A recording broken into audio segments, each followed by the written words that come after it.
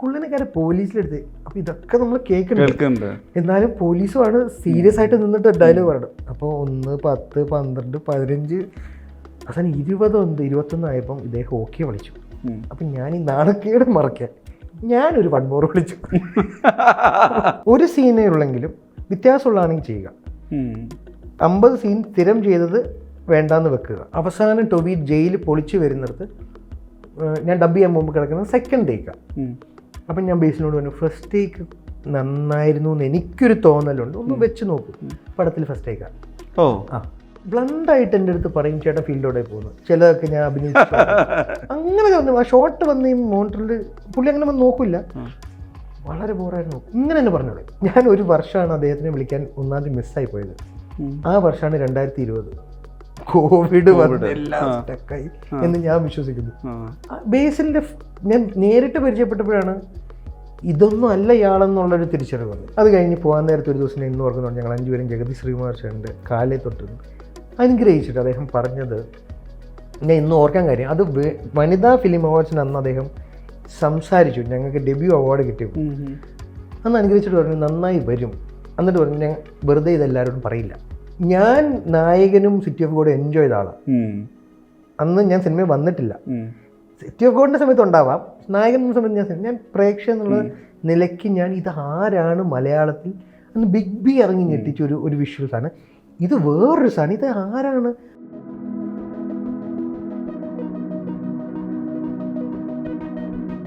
Aju വർഗീസാണ് Q സ്റ്റുഡിയോയിൽ.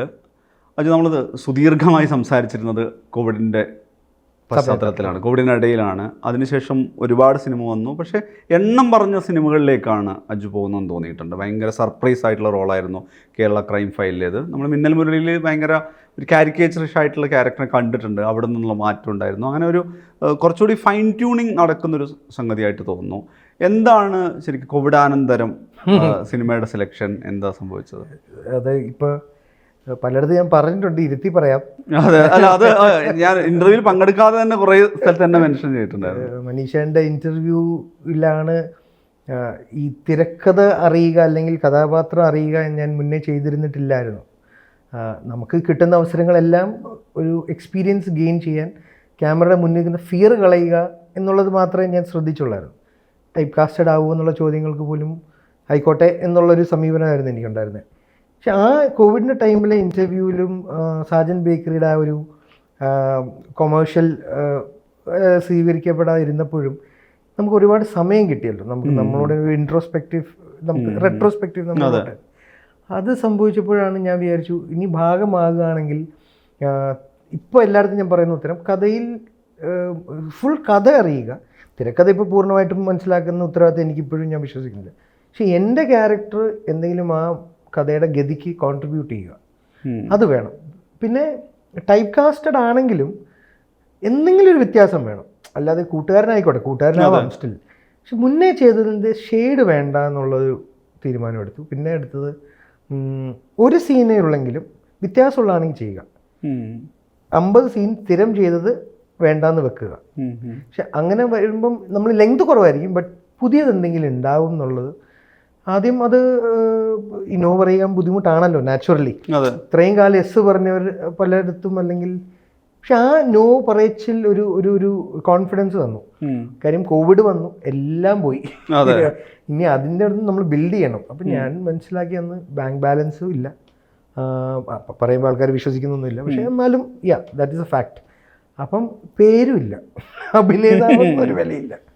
അപ്പം ഞാൻ വിചാരിച്ചു പണിയെടുക്കുക, നമ്മളുടെ ജോലിയിൽ കോൺസെൻട്രേറ്റ് ചെയ്യുക എന്നുള്ളൊരു തീരുമാനം. അത് ആ ഇൻ്റർവ്യൂ തന്നെയാണ്. അതിന്ന് ഞാൻ അത് പറയുന്നു. അല്ല, ഞാനും ഒരുപാട് സ്ഥലത്ത്, ഞാനത് ആക്ച്വലി ഇൻ്റർവ്യൂവിന് റിപ്പീറ്റ് ചെയ്യാനല്ല പറഞ്ഞത്, പക്ഷേ ഞാൻ ഒരുപാട് സ്ഥലത്ത് അജു എൻ്റെ പേര് പറയുന്നുണ്ട്, ഇത് പറയുന്നുണ്ട്. പക്ഷേ എനിക്ക് പോലും ഞാൻ മനസ്സിലാക്കുന്ന അജു ഒരു പക്ഷേ അജുവിലേക്ക് തന്നെ തിരിച്ച് ചിന്തിച്ചപ്പോൾ സംഭവിച്ചതാണെന്നുള്ള ഇൻ്റർവ്യൂ നിമിത്തമായി എന്നുള്ളത് മാത്രമേ ഉണ്ടാവുള്ളൂ. പക്ഷേ എനിക്ക് വേറെയും ഒരുപാട് സർപ്രൈസ് ഉണ്ട്. കാരണം ഇപ്പം പേരൂർ പ്രീമിയർ ലീഗിലെ ആണെങ്കിലും നമ്മുടെ ഇതിലെ ഗഗനചാരിയിലെ ആണെങ്കിലും ഒരേപോലെയല്ല അപ്രോച്ച് ചെയ്തേക്കുന്നത്. ഞാൻ പറഞ്ഞാൽ നമ്മളിപ്പോൾ അജു പോലും അജുവിനെ റിപ്പീറ്റ് ചെയ്യാൻ ഉദ്ദേശിക്കാത്ത വിധത്തിൽ മാറിയിട്ടുണ്ട്. ഇപ്പം നമ്മുടെ മിന്നൽ മുരളിയിലെ പോലീസ് ഓഫീസർ ചെയ്തിട്ടുണ്ട്. അതിൽ നിന്ന് എൻറ്റയർലി ഡിഫറെൻ്റ് ആണ് കേരള ക്രൈം ഫിലിമിൽ ഭയങ്കര ഒരു സർപ്രൈസ് പെർഫോമൻസ് ആയിരുന്നു. അയാളുടെ താളം, ഋതം, ക്യാരക്ടറിനെ അപ്രോച്ച് ചെയ്ത രീതി, പിന്നെ അത് വലിയ നീളത്തിലാണല്ലോ ആ ക്യാരക്ടറിനൊപ്പം പോകുന്നത്.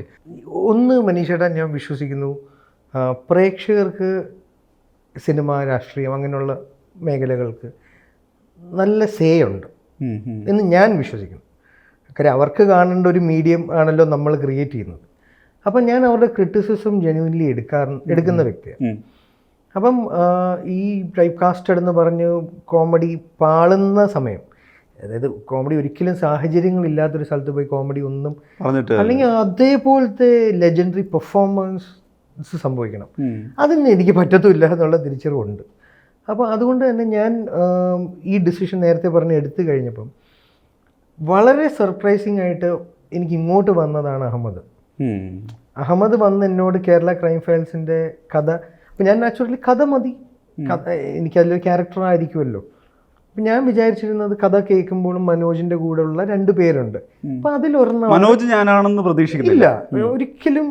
അതും ഹോട്ട്സ്റ്റാറിൻ്റെ ഫസ്റ്റ് വെബ് സീരീസ്. അഹമ്മദ് ജോച്ചേട്ടനെ വെച്ച് 2 സിനിമ, 2 കൊമേഴ്ഷ്യൽ, ഒരെണ്ണം സ്റ്റേറ്റ് അവാർഡ് കിട്ടി. അപ്പോൾ അതൊക്കെ കഴിഞ്ഞ് നിൽക്കുമ്പം ഞാൻ ഒരിക്കലും എക്സ്പെക്ട് ചെയ്യുന്നില്ല. പക്ഷെ അവിടെയാണ് അഹമ്മദ് ലാസ്റ്റ്. അപ്പം ഞാൻ പറഞ്ഞു നമുക്കത് ചെയ്യാമല്ലോ എന്ന് പറഞ്ഞ് കാഷ്വലി പറയുമ്പോഴാണ്, ചേട്ടൻ മനോജാണെന്ന് പറയുമ്പോഴാണ് എനിക്ക് ഒരു ഷോക്ക് വരുന്നത്. ആ ഷോക്ക് വേറൊന്നും കൊണ്ടല്ല, ഇയാളിത്.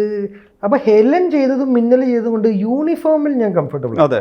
അപ്പം എൻ്റെ പ്രശ്നം പിന്നെ വണ്ണമാണ്. പിന്നെ കോൺഷ്യസ് ആവുന്നൊരു കാര്യം വയറ്, നമ്മുടെ ഒരു ഔട്ട് ഓഫ് പ്രപ്പോർഷൻ.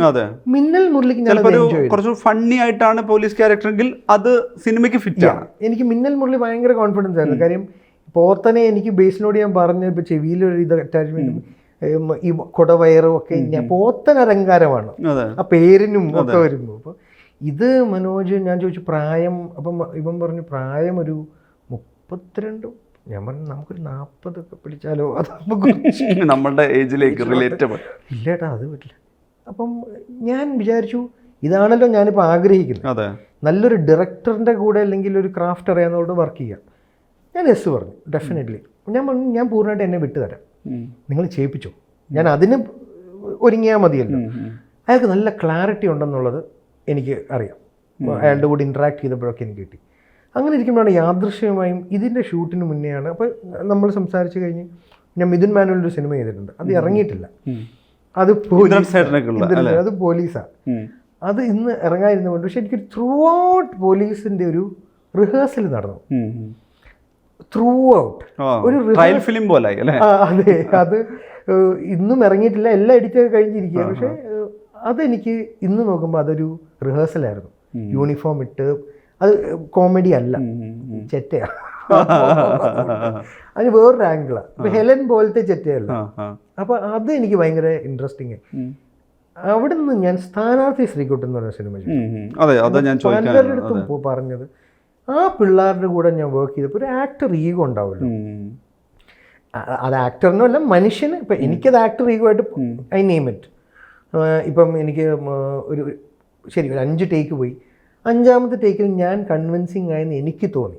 നമുക്കൊരു ബിലീഫ് ഉണ്ടല്ലോ. എന്നാൽ 6 വിളിക്കുമ്പോൾ നമുക്ക് പക്ഷെ അതെന്തിനാ വിളിച്ചതെന്ന് തോന്നുമല്ലോ. 7 വിളിച്ചു, 8 വിളിക്കുമ്പോൾ നമുക്ക് ദേഷ്യം വരും. എനിക്ക് വരും, മനുഷ്യർക്കൊക്കെ വരുന്ന തോന്നുന്നു. അത് ഈഗോയാണ്. ഈ കുട്ടികൾ എന്നിൽ നിന്ന് അത് പറിച്ചു മാറ്റി. അതായത് എൻഡ് ഓഫ് ദ ഡേ അവരെന്നിൽ വർക്ക് ചെയ്തുകൊണ്ടിരുന്നു. ഓരോരുത്തരും വന്ന് ഓരോ ഷോട്ട് ചെയ്യുമ്പം അതിപ്പോൾ ഞാൻ മനീഷേട്ടനോട് എവിടെയായിരുന്നു എന്ന് ചോദിക്കുന്നൊരു ചോദ്യം, ചേട്ടാ കൈ കൊണ്ട് ചോദിക്കും. അപ്പം എവിടെയായിരുന്നു? അവർ വേണ്ടി ചേട്ടാ കൈ കൊണ്ട് ചോദിക്കണ്ട, ഫേസ് മാത്രം. എവിടെയായിരുന്നു? ചേട്ടാ ഫേസ് അത്രയും തലവലിക്കണ്ട, എവിടെയായിരുന്നു? ഇങ്ങനെ എന്നെ ഓരോ ഷോട്ടിനും ഇവർ ഒരു 7 or 8 പ്രാവശ്യം ഇവരെന്നെ ഒരു ഓഡീഷൻ ഒക്കെ നമ്മൾ ഒരു ക്യാമ്പിൽ നിൽക്കില്ലേ, ഞാനിത് എൻജോയ് ചെയ്യാൻ തുടങ്ങി. കാര്യം ചുറ്റും മുൻവിധി ഇല്ലാത്ത കുട്ടികളാണ്. അവർ നമ്മളെ കളിയാക്കാൻ പോണില്ല. 10-30 കുട്ടികൾ അവരുടെ തന്നെ ക്യാരക്ടറിനെ വേണ്ടത്. അപ്പം ഈ മാത്രമല്ല ക്ലാസ്സിലെ കുട്ടികളാണ്.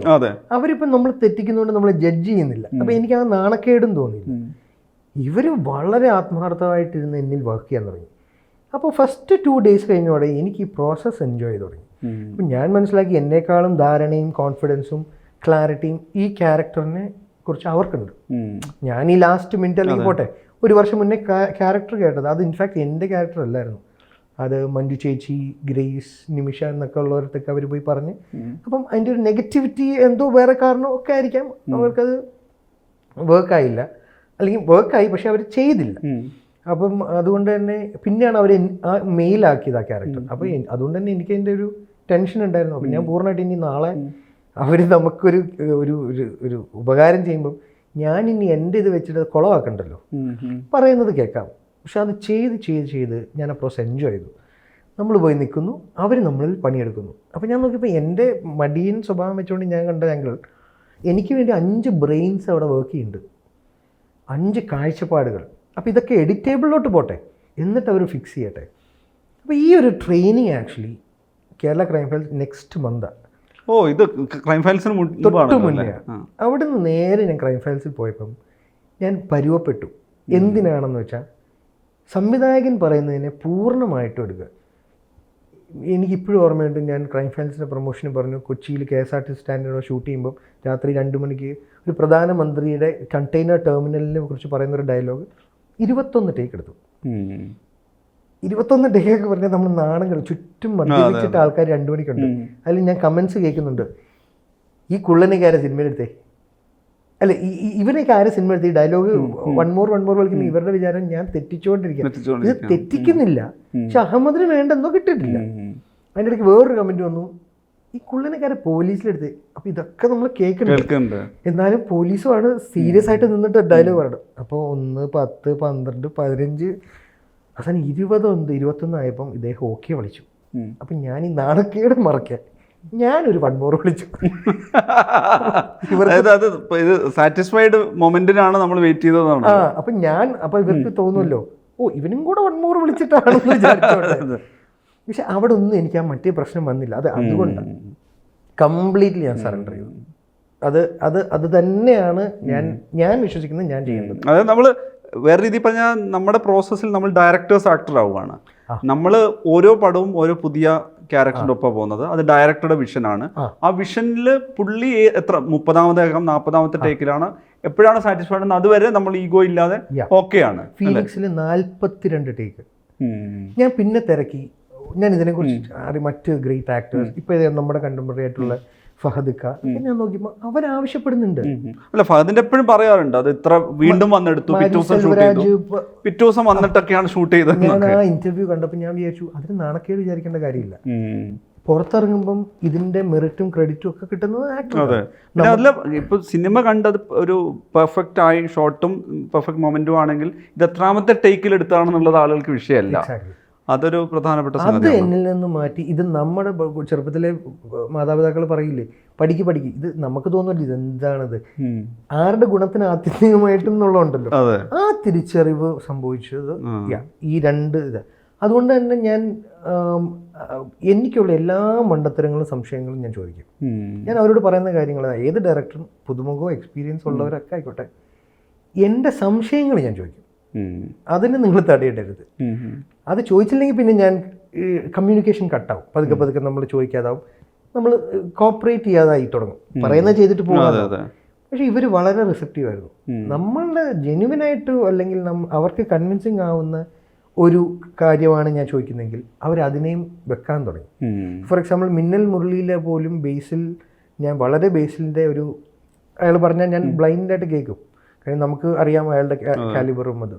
അപ്പം അവസാനം ടൊവി ജയിലിൽ പൊളിച്ച് വരുന്നിടത്ത് ഞാൻ ഡബ് ചെയ്യാൻ മുമ്പ് കിടക്കുന്നത് 2nd ടേക്കാണ്. അപ്പം ഞാൻ ബേസിനോട് പറഞ്ഞു, ഫസ്റ്റ് ടേക്ക് നന്നായിരുന്നു എന്ന് എനിക്കൊരു തോന്നലുണ്ട്, ഒന്ന് വെച്ച് നോക്കൂ, പടത്തിൽ ഫസ്റ്റ് ടേക്കാണ്.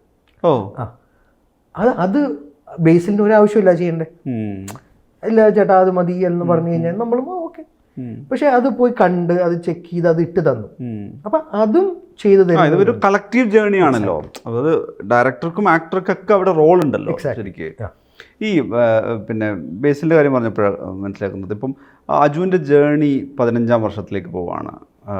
മലർവാടിയുള്ള യാത്ര, കുട്ടു മുതലുള്ള അന്ന് ഇപ്പോൾ അമ്പിളിച്ചേട്ടൻ, നെടുമുടി, അങ്ങനെ എനിക്ക് ഈ അടുത്തും തോന്നിയ സാധനം വെച്ചാൽ 2021 ഒക്ടോബർ 11 മാറ്റിയ ഒരു പ്രൊഫൈൽ പിക്ചറാണ് ഇപ്പോഴും കിടക്കുന്നത്. വേണുചേട്ടനാണ് പ്രൊഫൈൽ പിക്ചർ. അദ്ദേഹത്തിൻ്റെ 1ാം ചരമവാർഷികത്തിൽ വീട്ടിലെത്തിയിട്ടുള്ള ആളുമാണ്. ഇപ്പോൾ നമ്മളെപ്പോഴും സിനിമ ഒരു സെറ്റിനപ്പുറത്തേക്ക് നീളാത്ത റിലേഷൻഷിപ്പാണ് ഭൂരിപക്ഷം എന്ന് വരുന്നുണ്ട്. അങ്ങനൊരു ഒരു മെൻഡർ പോലെ, ഒരു ഇൻവിസിബിൾ ഗുരുത്വം എന്നൊക്കെ പറയുന്ന പോലെ നെടുമുടി വേണു, അല്ലെങ്കിൽ എപ്പോഴും അജു റിപ്പീറ്റ് ചെയ്യുന്ന ആളാണ് ഇന്നസെൻറ്റിൻ്റെയോ അല്ലെങ്കിൽ ജഗദീഷ് ശ്രീകുമാറിൻ്റെയൊക്കെ പേരുകൾ എന്ന് പറയുന്നത്. എങ്ങനെയാണ് ഈ പറഞ്ഞ ഈ മനുഷ്യർ ഇൻഫ്ലുവൻസ്ഡ് ആവുന്നത്? To start with Venu sir, എൻ്റെ ജീവിതത്തിൽ ഞാൻ പലപ്പോഴും നല്ല മെൻറ്റേഴ്സ് കിട്ടുക ഏത് തൊഴിലിനും ഏത് കാര്യത്തിനും വേണ്ടി വളരെ ഇമ്പോർട്ടൻ്റ് ആണ് ഞാൻ വിശ്വസിക്കുന്നു. ആദ്യം അത് മാതാപിതാക്കളെയും തുടങ്ങും, പിന്നെ ആദ്യത്തെ പ്രൈമറി സ്കൂൾ ടീച്ചേഴ്സ് ആയിരിക്കും, പിന്നെ മറ്റ് അധ്യാപകർ വരാം. എനിക്കിതിലൊക്കെ ഇന്നും വ്യക്തമായിട്ടുള്ള ബന്ധങ്ങളുണ്ട്. പിന്നെ LP-യിൽ പഠിപ്പിച്ച, പ്രൈമറി ലോവർ മോസ്റ്റ് പഠിപ്പിച്ച വ്യക്തി പോലെ ഒരു ഉണ്ണി മേരി മിസ്, പിന്നെ ഒരു ജെനി മിസ് അല്ലെങ്കിൽ ജാസ് ടീച്ചർ എന്നൊക്കെ പറഞ്ഞ് സ്കൂളിൽ പഠിപ്പിച്ചവരുമായിട്ടും അത് കഴിഞ്ഞ് നമ്മളൊരു ജോലിയിലൂടെ, കോളേജ് എനിക്ക് അങ്ങനെ നമ്മുടെ HODസിനൊക്കെ അറിയാമെന്നല്ലാതെ ഒരു കോളേജ് കുറച്ചും കൂടി ഒരു ഫൺ ഏരിയ ആണല്ലോ. അപ്പോൾ അവിടെ പഠനത്തിന് വലിയ പ്രാധാന്യം ഇല്ലല്ലോ. ജോലിക്ക് പോയ സമയത്ത് ഞാൻ ആദ്യമായി ഞാൻ HR ജോലി സദർലാൻഡിലായിരുന്നു, അസിസ്റ്റന്റ് മാനേജർ എന്ന മഹേഷ് ബാലകൃഷ്ണൻ. അവിടെയായിരുന്നു ശരിക്കും ഒരു പ്രൊഫഷണലിസത്തിൻ്റെ ടേണിംഗ് പോയിന്റ് എനിക്ക് വരുന്നത്. സമയത്തിന് ജോലിക്ക് വരിക, ജോലി എൻജോയ് ചെയ്യുക, പറഞ്ഞ ജോലി തീർക്കാൻ നോക്കുക. തീർത്ത് കഴിഞ്ഞാൽ മഹേഷ് എന്ന ഏറ്റവും വലിയ ക്വാളിറ്റി, നമുക്ക് ഇന്നൊരു ജോലിയുണ്ട്, അത് തീർത്ത് കഴിഞ്ഞാൽ പിന്നെ അന്നത്തെ ജോലി തീർന്നു. അത് ഭയങ്കര രസമായിരുന്നു. എത്രയും വേഗം തീർന്നു നമുക്ക് ജോലി കഴിഞ്ഞു. അന്ന് അദ്ദേഹത്തിൻ്റെ നമ്മളെ ഗൈഡ്, എല്ലാവർക്കും ഒരു മെൻറ്റർ ആവാൻ പറ്റില്ല. അപ്പോൾ ലീഡർഷിപ്പ് ക്വാളിറ്റി വേണം. മഹേഷിന് നന്നായി ഉണ്ടായിരുന്നു. അത് ഞാൻ ആദ്യമായി സിനിമ വന്നപ്പോഴും കിട്ടിയത് ഏറ്റവും നല്ല, ഞങ്ങൾ തമാശയ്ക്ക് പറയും, എന്തൊക്കെ അലിഗേഷൻസ് വന്നാലും ഞങ്ങളുടെ മെൻറ്റർ എന്തൊക്കെ നമ്മൾ കോൺഫിഡൻ്റ് ആയിട്ട് ഉള്ള ഒരു ആശാനാണ് നമുക്ക് കിട്ടിയത്, വിനീത്. അത് കഴിഞ്ഞ് പിന്നെ അഹമ്മദിനെയും ഐ കൺസിഡർ. കാര്യം അയാൾക്ക് ഫുള്ളായിട്ട് ഞാൻ സറണ്ടർ ചെയ്ത് കൊടുത്തു. തമിഴിൽ ഞാനിപ്പോൾ ഒരു സിനിമ ചെയ്തു റാം സാറിൻ്റെ കൂടെ. അത് എഗെയിൻ വളരെ കറക്റ്റായിട്ടുള്ളൊരു കൈകളിൽ. അപ്പോൾ ആ ഒരു രീതിയിൽ മെൻറ്ററിങ് കറക്റ്റ് കിട്ടിയിരുന്നു. അപ്പോൾ അതുകൊണ്ട് തന്നെ എനിക്കതിന് ഭയങ്കര വാല്യൂ ഉണ്ട്. ഈ പറയുന്ന ഗുരുക്കന്മാർ എന്ന് പറയുന്നൊരു സ്ഥാനത്തിന് നമ്മൾ കണ്ട് ശീലിച്ച വ്യക്തികളാണ് ജഗതി ചേട്ടൻ, ഇന്നസെൻ്റ് ചേട്ടൻ, വേണു സാർ, ഇവരെല്ലാവരും, ജനാർദ്ദൻ ചേട്ടൻ. ഞങ്ങളുടെ ഏറ്റവും വലിയ സന്തോഷവും പ്ലസ്സും എന്തായിരുന്നു വെച്ച് കഴിഞ്ഞാൽ, നെടുമുടി വേണു സാറ്, ജഗതി ചേട്ടൻ, സലീമേട്ടൻ, സുരാജ് ചേട്ടൻ, ജനാർദ്ദൻ ചേട്ടൻ, ഇത്രയും പേര് മലർവാടി ഉണ്ടായിരുന്നു. അതൊരു എപ്പോഴും കിട്ടുന്നൊരു ഭാഗ്യമല്ല തുടങ്ങുന്ന സിനിമയിൽ. അതുകൊണ്ട് തന്നെ അവരെല്ലാവരും ആ ഗുരുക്കന്മാരുടെ സ്ഥാനത്താണ് സിനിമയിലോട്ട് വന്നപ്പോഴും ഫസ്റ്റ് പടത്തിൽ. അന്ന് അഭിനയിക്കാൻ നിന്ന സമയത്ത് ഞങ്ങളുടെ കുമാരേട്ടൻ, അതായത് വേണു സാറ്, ഈ ഒരു മുഖത്തൊരു ഭാവം പോലും വരുന്നില്ല ഏട്ടാ. വിനീതിന് പക്ഷെ കുട്ടും അത് മതി, അത് ഞാൻ മനസ്സിലാക്കുന്നു. പക്ഷേ അതിലോട്ട് നമ്മളെ തോന്നിപ്പിച്ച് സഹായിക്കേണ്ട ഒരു ആവശ്യവും വേണു സാറിനൊന്നുമില്ല. പക്ഷെ ഞങ്ങളോടൊപ്പം ഇത്രയും ലാൽ സാറിൻ്റെയും മമ്മൂക്കയുടെയും ഭരത് ഗോപി സാറിൻ്റെയും കൂടെ ഒക്കെ എത്ര കോമ്പിനേഷൻസ് കൾട്ട് ക്ലാസിക് ചെയ്ത വ്യക്തി, ഇപ്പോൾ വന്ന പിള്ളേർക്ക് അന്ന് തന്ന ഒരു മര്യാദ, ഒരു സ്പേസ്, ഒരു സ്നേഹം, അത് വില മതിക്കാനാവാത്തതാണ്. അത് കഴിഞ്ഞ് പോകാൻ നേരത്തെ ഒരു ദിവസം ഞാൻ ഇന്ന് ഓർക്കുന്നുണ്ട്, ഞങ്ങൾ 5 പേരും ജഗദീഷ് ശ്രീകുമാർ ചേട്ടൻ്റെ കാലേ തൊട്ട് അനുഗ്രഹിച്ചിട്ട് അദ്ദേഹം പറഞ്ഞത് ഞാൻ ഇന്ന് ഓർക്കാൻ കാര്യം, അത് വനിതാ ഫിലിം അവാർഡ്സിന് അന്ന് അദ്ദേഹം സംസാരിച്ചു. ഞങ്ങൾക്ക് ഡെബ്യൂ അവാർഡ് കിട്ടിയപ്പോൾ അന്ന് അനുഗ്രഹിച്ചിട്ട് പറഞ്ഞു നന്നായി വരും, എന്നിട്ട് പറഞ്ഞു ഞാൻ വെറുതെ ഇതെല്ലാവരോടും പറയില്ല എന്നും പറഞ്ഞു. അപ്പോൾ അതൊക്കെ ഭയങ്കര മൊമെൻറ്റ്സാണ്. നമ്മൾ ഈ സിനിമ, ഞാനന്ന് മലർവാടി കഴിഞ്ഞ് അഭിനയം കണ്ടിന്യൂ ചെയ്യാനുള്ള പ്ലാനൊന്നും ഇല്ലായിരുന്നു. എനിക്ക് അസിസ്റ്റന്റ് ഡയറക്ടർ ആവണം. ഇതിൻ്റെ ഒരു റിസപ്ഷനിലൂടെയാണ് ഈ കൊതി വന്ന്, ഈ ആശ വന്ന് തുടങ്ങിയത്. അവിടെ നിന്നാണല്ലോ പിന്നെ സ്ട്രഗിൾ സ്റ്റാർട്ട് ചെയ്തത്. അതുകൊണ്ട് തന്നെ വേണു സാറായിട്ട് 2010 എല്ലാ ജനുവരി 1 ഞാൻ വിളിക്കുന്നത് എൻ്റെ ഫസ്റ്റ് കോൾ വേണു സാറിലാണ്. എല്ലാ വർഷവും സ്റ്റാർട്ട് ചെയ്യുന്നത് എൻ്റെ കരിയറിൻ്റെ. അങ്ങനെ 2000 അദ്ദേഹം വിട പറഞ്ഞ് കഴിഞ്ഞപ്പോൾ നമുക്ക് നമ്മളുടെ ഏറ്റവും വലിയൊരു സപ്പോർട്ടായിരുന്നു. അദ്ദേഹം അത് അറിയുന്നുണ്ടോയെന്നൊന്നും നമുക്കറിയില്ല. പക്ഷേ അദ്ദേഹത്തിൻ്റെ സപ്പോർട്ട്, നമ്മുടെ മനസ്സിൽ ആ സ്ഥാനം ഉണ്ടായിരുന്നു. ഞാൻ ഒരു വർഷമാണ് അദ്ദേഹത്തിനെ വിളിക്കാൻ ഒന്നാമത് മിസ്സായി പോയത്. ആ വർഷമാണ് 2020. കോവിഡ് വന്ന് എല്ലാം സ്റ്റക്കായി എന്ന് ഞാൻ വിശ്വസിക്കുന്നു. ഒരൊറ്റ വർഷം ഞാൻ മിസ് ചെയ്താൽ ഞാൻ കാരണം അദ്ദേഹത്തിനോട് പറഞ്ഞു, വളരെ രസകരമായ ഒരു കാരണമായിരുന്നു. അപ്പോൾ അത് എൻജോയ് ചെയ്യാറുണ്ടായിരുന്നു ഞാൻ വിളിക്കുമ്പോൾ. പക്ഷെ പിന്നെ ഞാൻ പിന്നെ പ്രൊഫൈൽ പിക്ക് എന്ന് പറയുന്നത് അന്ന് ഞാൻ അത് ഒരു ഇതിൽ ഇട്ടതാണ്. അതെ, എത്രത്തോളം എമോഷണലി കണക്ട് ആയി. പിന്നെ എനിക്കിത് മാറ്റാൻ പറ്റുന്നില്ല. What to replace that? പിന്നെ അത് ഒരു ഫേസ്ബുക്ക് പ്രൊഫൈൽ പിക്ക് അല്ലല്ലോ മനസ്സിലുള്ളത്. അപ്പൊ എന്നാൽ അതിനി അതവിടെ ഇരുന്നോട്ടെ എന്ന് വെച്ചു. വേറൊരു ഒന്നിനും അല്ല. പക്ഷെ അത് മിന്നൽ മുരളിയിലാണെങ്കിൽ പോലും ബേസിൽ മുൻപ് ചെയ്ത അജുവിനെ അല്ല ഉപയോഗിച്ചിരുന്നത്. അപ്പോൾ നേരത്തെ തന്നെ ഡയറക്ടേഴ്സ് അജുവിന് മേൽ കോൺഫിഡൻസിലോടെ അപ്ലൈ ചെയ്യാൻ ശ്രമിക്കുമെങ്കിലും അജു കുറച്ചുകൂടി പിടികൊടുത്തത് അല്ലെങ്കിൽ ക്യാരക്ടർ റോളുകൾക്ക് പിടികൊടുത്തത് അതിന് ശേഷമാണെന്നാണ് തോന്നിയിട്ടുള്ളത്. രഞ്ജിത് ശങ്കർ സാറ് മാത്രമാണ് വ്യത്യാസമുള്ള. അതെ, സുധി വാൽമീകി എന്ന ആൾ പ്രേതം തരുന്നു. അദ്ദേഹം തന്നെ മറ്റേതാണെങ്കിലും കൊമേഡിയൻ അല്ല, ഒരു ക്യാരക്ടറായിട്ടാണ്. പുള്ളി മാത്രമാണ് കമല. അപ്പൊ അദ്ദേഹം വന്നോട്ടെ തന്ന കോൺഫിഡൻസും ചെയ്യിപ്പിച്ചു. ഞാൻ ഭയങ്കര കോൺഫിഡൻസ് 8 പടം എന്തോ ഞാൻ പുള്ളിയോട് ചെയ്തിട്ടുണ്ട്. അപ്പൊ അത് ഒരു ആക്ച്വലി ഒരു ക്യാപിറ്റലായിരുന്നു പുള്ളിയിലെ കോൺഫിഡൻസ്. ബേസിൽ മിന്നൽ മുരളി കൺസീവ് ചെയ്യുമ്പോഴും ഞാൻ അതിന് പൂർണ്ണ കൊമേഡിയൻ രീതിക്ക് തന്നെയാണ് ഞാൻ മനസ്സുകൊണ്ട് കാണുന്നത്.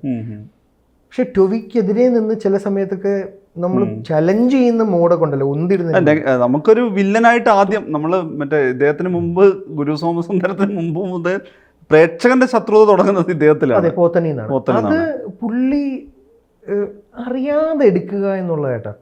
അത് ചേട്ടൻ പറഞ്ഞോളൂ, ഞാൻ അറിയുന്നില്ല. അതെനിക്കൊന്നൊരു ആക്ടർ അറിയാൻ പാടായിരിക്കും. അത് ഡയറക്ടർക്ക് അറിയാമല്ലോ ഇയാളെ ഞാൻ എങ്ങനെ ഉപയോഗിച്ചെടുക്കാം.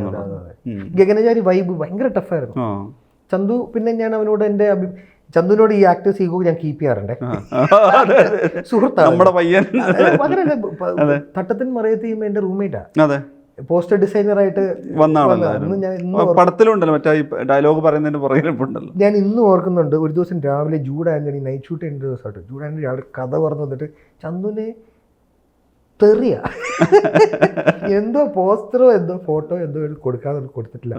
ഇന്ന് ഓർക്കുന്നുണ്ട് എണീറ്റ് വന്നിട്ട് ലാപ്ടോപ്പൊക്കെ തുറന്ന് കരഞ്ഞുകൊണ്ട് പോസ്റ്റർ ഡിസൈൻ ചെയ്തത്. അപ്പം അന്ന് തുടങ്ങിയ പരിചയമാണ്. അപ്പം അയാളുടെ പല വട്ട് കഥകൾ ഞാൻ അങ്ങനെ ക്രേസി ഐഡിയാസ് എനിക്ക് ഭയങ്കര ഇഷ്ടമാണ്. അപ്പം അതിനൊരു സാധ്യത ഉണ്ടെന്ന് ഞാൻ ഇന്നും വിശ്വസിക്കുന്നു. ഞാൻ അതിന് പറയാൻ കാര്യം ഏറ്റവും വലിയ തമാശ, സാജൻ ബേക്കറി ഇറങ്ങിയ സമയത്ത് ഒറ്റയ്ക്ക് നിന്ന് ഈ പ്രഹരം മുഴുവൻ വാങ്ങിച്ച ഞാനാണ്. കാര്യം ഇവരെ ആർക്കും അറിയില്ലല്ലോ, ഞാനാണ് ഫുള്ള് ഫ്രണ്ട് പ്രൊമോഷൻ ചെയ്തൊക്കെ ചെയ്തു. നന്നായി ഞാൻ വാങ്ങിച്ചു. പിന്നെ ഞാനത് വാങ്ങിച്ചത് എനിക്ക് ശീലമുള്ളത് കൊണ്ടോ അല്ലെങ്കിൽ കോളേജ് തൊട്ടേ നമ്മളതൊക്കെ ശീലിച്ചിട്ടുള്ളതാണ്. ഇതിലും വലിയ റിവ്യൂസാണ് നമ്മുടെ ചുറ്റുമുള്ള കൂട്ടുകാർ. എൻ്റെ കൂടെയുള്ള മുഹമ്മദ് എന്ന് പറഞ്ഞ വ്യക്തി ബ്ലണ്ടായിട്ട് എൻ്റെ അടുത്ത് പറയും, ചേട്ടൻ ഫീൽഡോടെ പോകുന്നു, ചിലതൊക്കെ ഞാൻ അഭിനയിച്ചു അങ്ങനെ തോന്നും. ആ ഷോട്ട് വന്ന് ഈ മോണിറ്ററിൽ പുള്ളി അങ്ങനെ വന്ന് നോക്കില്ല, വളരെ ബോറായിരുന്നു, ഇങ്ങനെ തന്നെ പറഞ്ഞോളൂ, അങ്ങനെ ചേട്ടൻ ചെയ്തുകൊണ്ടിരുന്ന ഫീൽഡോട്ടായി പോട്ടോ, അങ്ങനെ പറയുന്നത് നമുക്കൊരു ക്രിറ്റിസിസം ഒന്നും അങ്ങനെ ഏൽക്കില്ല. അപ്പം അത് ജെന്യുവിൻ ആണെങ്കിൽ ഞാൻ എടുക്കാറുണ്ട്. അയാൾ വെറുതെ പറയത്തുമില്ല, എന്തെങ്കിലും വൃത്തിയുടെ ഉള്ളതുകൊണ്ടാണ്. അപ്പം ഗഗനചാരി ചെയ്യുന്ന ടൈമിൽ ഞാൻ അപ്പോൾ ഈ സാജൻ കഴിഞ്ഞ് ഇതിൻ്റെ ഞാൻ മനസ്സിലാക്കിയ കാര്യം, സാജൻ ഇത്രയും ക്രിറ്റിസിസം ഫേസ് ചെയ്തു. ഐ വാസ് ഓക്കെ, ഞാൻ അത് കറക്റ്റ് ചെയ്യാമെന്ന് തന്നെ തീരുമാനിച്ചു. ഇരുന്ന് ഗഗനചാരി റിലീസായി ഇത്രയും അദ്ദേഹം സെലിബ്രേറ്റ് ചെയ്യപ്പെട്ട കഴിഞ്ഞപ്പം ഇപ്പം സാജൻ ബേക്കർ നല്ലതെന്ന് ഞാൻ ആരെയും വിശ്വസിക്കണം. ഇപ്പം ചന്തുവിന് എനിക്ക് ചില ദിവസം അയച്ചാറുണ്ട്, ചേട്ടാ സാജൻ ബേക്കർ അടിപൊളിയായിരുന്നു, ഞാൻ കണ്ടു. ഞാൻ പറഞ്ഞു, ഇത് നിങ്ങളിത് ഇങ്ങനെ പറയില്ല, ഇത് മുന്നേ ഞാൻ വിറ്റ്നസ് ചെയ്തിട്ടുണ്ട്. എവിടെയാണെന്ന് അറിയാം കേട്ടോ, ഞാൻ നായകനും സിറ്റി ഓഫ് ഗോഡ് എൻജോയ് ചെയ്ത ആളാണ്. അന്ന് ഞാൻ സിനിമയിൽ വന്നിട്ടില്ല. സിറ്റി ഓഫ് ഗോഡിൻ്റെ സമയത്ത് ഉണ്ടാവാം, നായകൻ എന്ന സമയത്ത് ഞാൻ പ്രേക്ഷക എന്നുള്ള നിലയ്ക്ക് ഞാൻ ഇത് ആരാണ് മലയാളത്തിൽ അന്ന് ബിഗ് ബി ഇറങ്ങി ഞെട്ടിച്ച ഒരു വിഷ്വൽസാണ്. ഇത് വേറൊരു സാധനം, ഇത് ആരാണ്? അങ്ങനെയാണ് ഞാൻ മനസ്സിലാക്കി. ഷെയ്ത്ത എന്നും പറഞ്ഞ് അങ്ങനെയുള്ള ഒരു ബിജോയ് നമ്മുടെ ഫ്രണ്ടാണ്, ബോംബെ ബേസ്ഡ് ആണ്, പഴയൊരു ആക്ടർ, സീനിയർ ആക്ടറിൻ്റെ മകന്. ഇദ്ദേഹത്തിൻ്റെ പടങ്ങൾ എൻജോയ് ആണ്. ആമീൻ വേണ്ടി വന്നില്ലേ അത് സെലിബ്രേറ്റ് ചെയ്യാൻ വേണ്ടിയിട്ട്. അത് എനിക്ക് തോന്നുന്നു കൊമേഴ്ഷ്യൽ അറ്റൻഷൻ കിട്ടുന്ന സമയത്താണ്. ഞാൻ ഓർക്കുന്നത് വെച്ച് കഴിഞ്ഞാൽ സാജൻ ബേക്കറിയുടെ സമയത്ത് അജു സായാഹ്ന വാർത്തകളെ കുറിച്ച് പറയുന്നുണ്ട്. എനിക്ക് തോന്നുന്നത് ഗഗനചാരിയും രണ്ടും വൈകി വന്നതാണ്. ഗഗനചാരിയും സ്ഥാനാർത്ഥി ശ്രീകുട്ടനും ഒരു പ്രതീക്ഷിച്ചതിനേക്കാൾ എത്രയോ വൈകിയാണ് തിയേറ്ററിലെത്തുന്നത്. പക്ഷേ അജു ഇതിനിടയിൽ എന്തൊക്കെ ചെയ്തിട്ടുണ്ടോ ആ സമയത്തൊക്കെ ഗഗനചാരി വരാനുണ്ട്, ഗഗനചാരി കാണുന്നുണ്ട്, എന്നോട് പറഞ്ഞിട്ടുണ്ട്. ഈ സ്ഥാനാർത്ഥി ശ്രീകുട്ടൻ്റെ കാര്യം എനിക്കൊന്ന് അജു അതിന് ഇടയിൽ കടന്നു പോകുന്ന എല്ലാ ഇൻ്റർവ്യൂവിലും വിട്ടുപോകാത്ത 2 സിനിമകൾ കൂടിയായിരുന്നു. അപ്പോൾ എനിക്കൊന്ന് ഇത് നേരത്തെ ഇപ്പം അത് ഞാൻ പറഞ്ഞു നോക്കുന്നത് ഇപ്പം ബേസിലിൻ്റെ കാര്യത്തിലാണെങ്കിലും മിഥുൻ്റെ കാര്യത്തിലാണെങ്കിലും ഇപ്പം ഈ പിന്നെ അരുണിൻ്റെ കാര്യത്തിലാണെങ്കിലും അതിലൊരു ദീർഘവീക്ഷണത്തോടെ അല്ലെങ്കിൽ ഇവരിൽ ഇങ്ങനെ ഒരു ക്രാഫ്റ്റ് ഉണ്ട് അല്ലെങ്കിൽ ഇവർ ഈ രീതിയിൽ പൊട്ടൻഷ്യൽ ഉള്ളവരാണെന്ന് നേരത്തെ പറഞ്ഞ് അവർക്ക് വേണ്ടി വാദിച്ചിട്ടുള്ള ആളാണ്. എനിക്കറിയാം അവരുടെ പ്രൊഡക്ഷൻ്റെ കാര്യത്തിൽ, ഒരു പ്രൊജക്റ്റ് സെറ്റ് ചെയ്യുന്ന കാര്യത്തിൽ, അവരെ കൊണ്ടിരുത്തുന്ന കാര്യത്തിൽ മിഥുൻ പറഞ്ഞിട്ടുണ്ട്, ബേസിൽ പറഞ്ഞിട്ടുണ്ട്, അരുൺ പറഞ്ഞിട്ടുണ്ട്. അവർ അങ്ങനെ ഒരു കോൺഫിഡൻസ്, ഞാൻ ഭയങ്കര കോൺസ്റ്റൻ്റ് ആയ സാധനമാണല്ലോ. നമ്മൾ ഈ നമ്മുടെ തമാശക്ക് പറയുകയാണെങ്കിൽ ചിദംബരത്തിൻ്റെ മഞ്ഞുമൽ ബോയ്സിൽ കുട്ടേട്ടാന്ന് വിളിക്കാൻ പറ്റും. ആ ഒരു പിടി.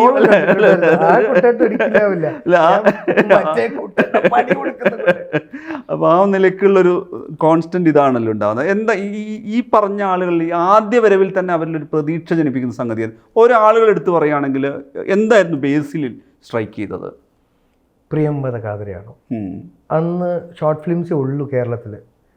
നമുക്ക് പുതിയത് എന്ത് കാണാൻ, പുതിയത് ഞാൻ പറഞ്ഞില്ലേ, ഈ നായകൻ പുതിയതായിരുന്നു, ബിഗ് ബി പുതിയതായിരുന്നു. അപ്പോൾ ഈ പുതിയത് എന്ത് കാണാൻ എന്നുള്ള, പ്രത്യേകിച്ച് താമസിക്കുന്ന കേരളത്തിലല്ല, മദ്രാസിലാണ്. അപ്പം മദ്രാസിലാണ്. അപ്പം മലയാളത്തിൽ എന്താണ് പുതിയത്? സിനിമ ഇൻട്രസ്റ്റ് ഉണ്ടല്ലോ, ടെക്നിക്കൽ സൈഡ്. അപ്പം ഇത് ഈ വർക്ക്സ് കൊള്ളാമല്ലോ എന്നുള്ള ഫസ്റ്റ് നോട്ടീസ് ബേസിൻ്റെ പ്രിയമത തന്നെയാണ്. എന്നിട്ട് ഞാൻ റിക്വസ്റ്റ് ചെയ്താണ്, എനിക്ക് ഒരു സിനിമ ഷോർട്ട് ഫിലിം ചെയ്തു തരാമോ? അതെന്തിനാന്ന് വെച്ചിട്ടുണ്ടെങ്കിൽ എനിക്ക് പഠിക്കാനാണ്. ചോദ്യങ്ങൾ എപ്പോഴും അവർക്ക് അല്ല. ഞാൻ എനിക്കൊരു സിനിമ എടുത്ത ഒരാൾ എന്നെ പഠിപ്പിക്കില്ല. ഷോർട്ട് ഫിലിം ആകുമ്പോൾ അറ്റ്ലീസ്റ്റ് ആ ബഡ്ജറ്റ് എനിക്ക് വേണമെങ്കിൽ കൊടുക്കാൻ പറ്റും. പക്ഷെ ബേസിൽ അന്ന് എനിക്ക് റെമുനറേഷൻ തന്നാ കേട്ടോ ഷൂട്ട് ചെയ്ത്. അന്ന് എനിക്ക് ബേസിൽ കാശ് തന്നു ഞാൻ അഭിനയിക്കാൻ വന്നതിന്. എന്നിട്ട് അദ്ദേഹം ഷൂട്ട് ചെയ്തു. ബേസിലിൻ്റെ ഞാൻ നേരിട്ട് പരിചയപ്പെട്ടപ്പോഴാണ് ഇതൊന്നും അല്ല ഇയാളെന്നുള്ളൊരു തിരിച്ചറിവ് വന്നത്. അതുകൊണ്ട് തന്നെ ഞാൻ ഡൗട്ട് ചോദിക്കുന്ന വ്യക്തികളിൽ ചന്തുവിനെ എപ്പോഴും വിളിച്ച് ചോദിക്കുന്നത് എപ്പോഴും അവൈലബിൾ ആയതുകൊണ്ട് നമുക്ക് ബേസിൽ, മിഥുൻ, ഇവരത്തൊക്കെയാണ് എൻ്റെ സംശയങ്ങൾ ഞാൻ ചോദിക്കുന്നത്. ഇൻഫാക്ട് വിനീതിനേക്കാളും കുറവ്. വിനീതിനെ അങ്ങനെ ഞാൻ ബുദ്ധിമുട്ടിക്കാൻ പോകാറില്ല. പകൽ അവൈലബിൾ അല്ലല്ലേ വിനീത്? ഞാൻ പുള്ളിയോട് മാത്രം ഞാൻ ഈ പറഞ്ഞ പോലെ ഇക്വേഷൻ മാറിപ്പോയി. അതിനു മുന്നേ എന്താ പറയുക, എന്തും ചോദിക്കാവുന്ന ഒരു സാധനം നേരെ അനിയനിലോട്ടും ബേസിലിൻ്റെ എനിക്ക് തീർച്ചയായിട്ടും അതാണ് പ്രിയമത. അതിൽ തന്നെ ചിക്കൻ പീസ് കടിച്ചെടുക്കുന്ന ഒരു ഫ്രണ്ട് ഉണ്ട് ഹോട്ടലിൽ. അതൊക്കെ അന്നത്തെ വളരെ, ഇന്ന് ചിലപ്പോൾ ആ ഹ്യൂമർ എനിക്കറിയില്ല, മാറിക്കാണാം. ഇന്നൊരു ട്രെൻഡായിട്ട് പുതിയ ചിലപ്പം ജോമോൻ ചെയ്യുന്നൊരു സാധനമോ, നമ്മളാ നരസിംഹത്തിന്റെ സ്പൂഫ് വന്നപ്പോൾ നമ്മളതിന്റെ ഹാഷിർ എന്ന് പറഞ്ഞതിലേക്ക് അതൊക്കെ ഞാൻ കാണാൻ ശ്രമിച്ച് നമ്മൾ അതിനോട്ടൊന്ന് യൂസ്ഡ് ആവണമല്ലോ. അതെ, പുതിയ മാറ്റത്തിനനുസരിച്ച് വേണമല്ലോ. ഇതേപോലെ തന്നെയാണ് മിഥുൻ്റെതും വരുന്നത്. മിഥുൻ റൈറ്റർ ആയിട്ട് ഓൺ ബോർഡ് ആവുന്ന ഒരാളിൽ ഫിലിം മേക്കർ എന്നുള്ള രീതിയിലേക്ക്, അല്ലെങ്കിൽ അദ്ദേഹത്തിൻ്റെ ഒരു ഫിലിം പോസിബിൾ ആവണം എന്നുള്ള ചിന്തയിലേക്ക് വന്നതിലും അജുവിന് ഒരു ഭയങ്കര റോൾ ഉണ്ടായിരുന്നല്ലോ. മിഥുൻ എൻ്റെ ഒരു സുഹൃത്തിൻ്റെ ഫ്രണ്ടാണ്, നിതിൻ എന്നും പറഞ്ഞ മദ്രാസിലെ. നിതിൻ എന്നെ ഒരു ദിവസം രാജ് ടി വിയിൽ അന്ന് നിതിൻ വർക്ക് ചെയ്യുക, നിതിൻ സീനിയറാണ്. അപ്പം നിതിൻ എന്നെ വിളിച്ചിട്ട് പറഞ്ഞു, ഒരു നല്ല കഥ പറയാൻ അറിയാവുന്ന ഒരുത്തൻ സിനിമയിൽ ഒരു അവസരം തേടി നടക്കുന്നു. അപ്പം നമുക്കും കഥകൾ വേണമല്ലോ. ഞാൻ അന്ന് തൊട്ടേ മനീഷേട്ടൻ എനിക്കൊന്നു ഈ ജോലി ചെയ്തത് ഹ്യൂമൻ റിസോഴ്സിലായതുകൊണ്ട് നമുക്ക് ആൾക്കാരെ റിക്രൂട്ട്മെൻ്റ് ആണല്ലോ ബേസിക്കലി. അപ്പം ഞാൻ അന്ന് തൊട്ടേ